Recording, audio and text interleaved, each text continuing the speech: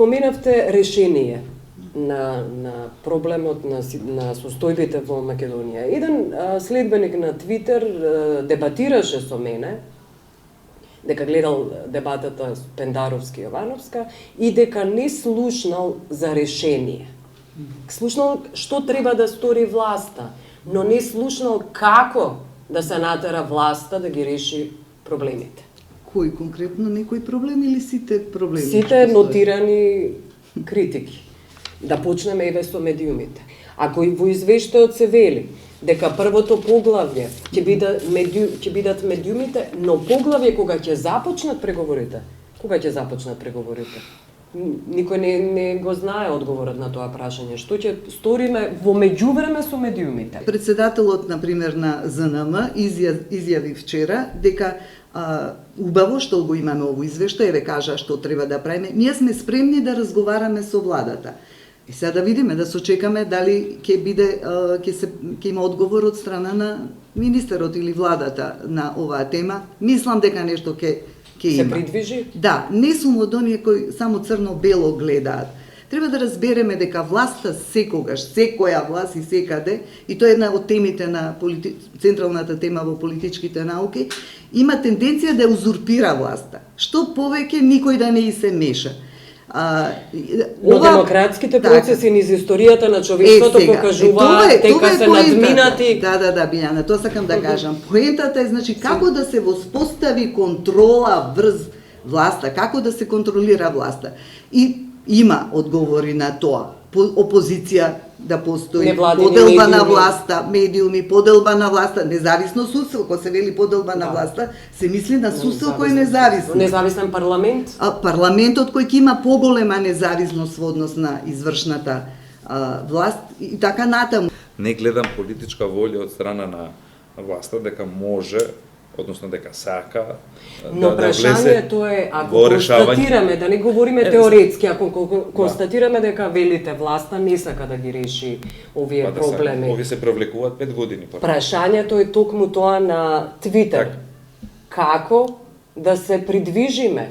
Како власта да и се објасни власта дека ова се неопходни процеси на демократизација? Тоа е клучното прашање, како? И затоа таа моја реакција беше, јас сметам дека ние капацитетите на што се надвор од диапазонот или кругот на власта што се во Македонија. Интелектуалната елита, opinion makerите, значи, се преплашени, тоа ми е едно... Значи, многу малку остана и од тоа медиуми, вие во ова студио и некои други портали и интелектуална елита или интелектуалци кои говорат отворено, другите, не знам, чекаат веројатно или се плашат или чекаат нешто да добијат од власта за нешто. Затоа велам, затоа беше мојата критика дека без, ја не велам дека тие Европска унија, САД и не знам кои земји поединечно Германија, Велика Британија ги решаа проблемите. Меѓутоа, доколку се реши во најмала рака да не се препорача оваа година, да речеме почеток на преговори, тоа би било доволно ригидна санкција по мене за да се мобилизира поинаку општеството. Нема нешто што да очекуваме спектакуларно. Ние трпеливо треба да се работи овдека. Прво, да се прочистат избирачки списоци, да некако да се работи на тоа изборите да бидат пофер, па на некој нормален начин да се смени власта. Тоа е еден начин. Друг начин е промена на коалицијските партнери во власта, да речем, ако е тоа поентата. Велите една од албанските партии се приклучи кон опозицијата? Па, може и тоа, само тоа не значи дека проблемот ќе се реши, може да биде и поголем. Од каде знаете како ќе реагира оваа другава партија, па дали нема да има повторно бојкот и така натаму. Значи најнормално би било нормално да се одвива.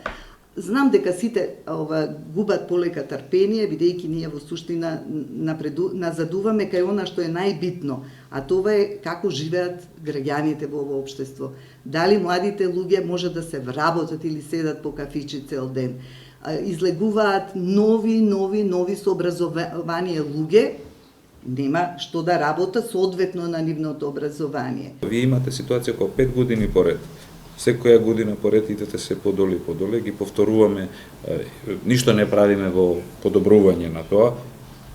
добивате кандидатски препорака за почеток за преговори, а ситуацијата се движи на полошо и полошо. Ја би бил многу среќен.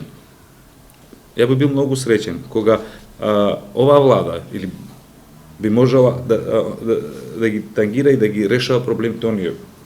Океј, проблемот со Грција е тука, меѓутоа дајте ние внатре да работиме, да имаме независно судство, на собствените реформи. На собствените реформи, тоа ги правиме ние за себе, не ги правиме за Брисел или Вашингтон.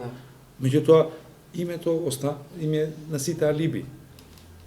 Што ми имаме проблем со името? Знаеме дека Грција ќе блокира, шо ќе се замараме ние сега со демократски процеси, реформи во образование, во социјала. Значи, тоа е проблемот. И тоа е проблем, така да ова иде веќе во недоглед. И ја сега не велам дека ги знам сите работи, меѓутоа се обидувам онака слободно да изнајдам механизам, да размишлям онака гласно размишлам кој би бил механизмот што не да го задоволиме Брисел. Да го задоволиме, не да го задоволиме Брисел, него да почнеме натре како општество полека више да размислуваме собственото будење, не заради Брисел. И затоа велам, дај Боже да биде само проблемот со Грција, ако ние другите прашања внатре, демократски развој, слобода на медиуми, реформирано со едно со друго е поврзано, Едмон, бидејќи ако се отпочнат преговорите, нели, глава по глава, на некој начин притисокот е уште поголем, контролата е поголема, ние сме помотивирани како општество. Значи, решавање на проблемот со името и почнување на преговори кој внатре ќе се одраза, да кажам, на по добро општество, да го наречам така, за жал. А не мислите, професорката вели е невозможно да ги вложиме собствените напори заради тоа што немаме капацитет? Не сме принудени, ако не ве тера никој зашто баш да се потегнете да го правите тоа, значи заради тоа па и Брисел инсистира дајте што поскоро да се започне со преговори, тогаш чапитер по чапитер, нали, во секоја област да видиме како да напредувате. Со ваши напори, со наша помош и така натаму.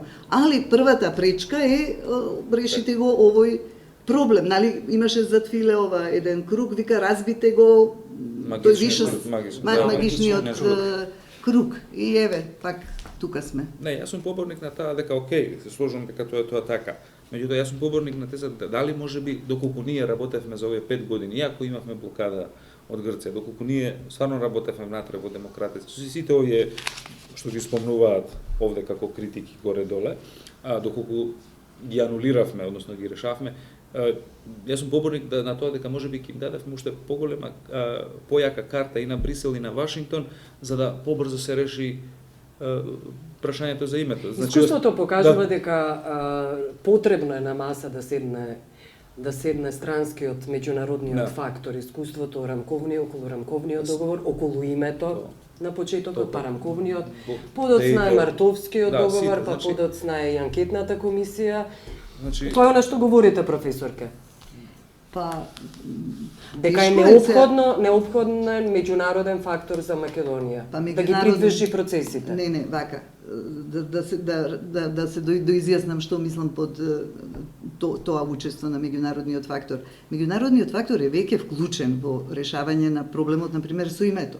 Нимиц, Обединетите нации и така натаму, тие се тука. Но статус кво е нема волја ни од една ни од друга страна, во тоа е работата. И тука стоиме, бидејќи овој проблем не можеме да го решиме, не можеме да отпочнеме преговори со Европска Унија, преговори кои што ќе ни помогнат полека да се преобразиме, бар малце побрзо него што би идело тоа, да кажеме, иначе нормално, кон едно општество кое ќе биде подемократско, поотворено, кое ќе почитува некои европски стандарди.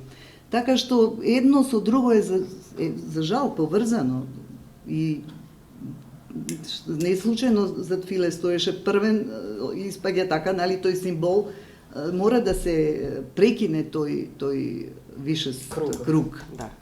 Добро, јас ви благодарам, ви благодарам што бевте гости во студио.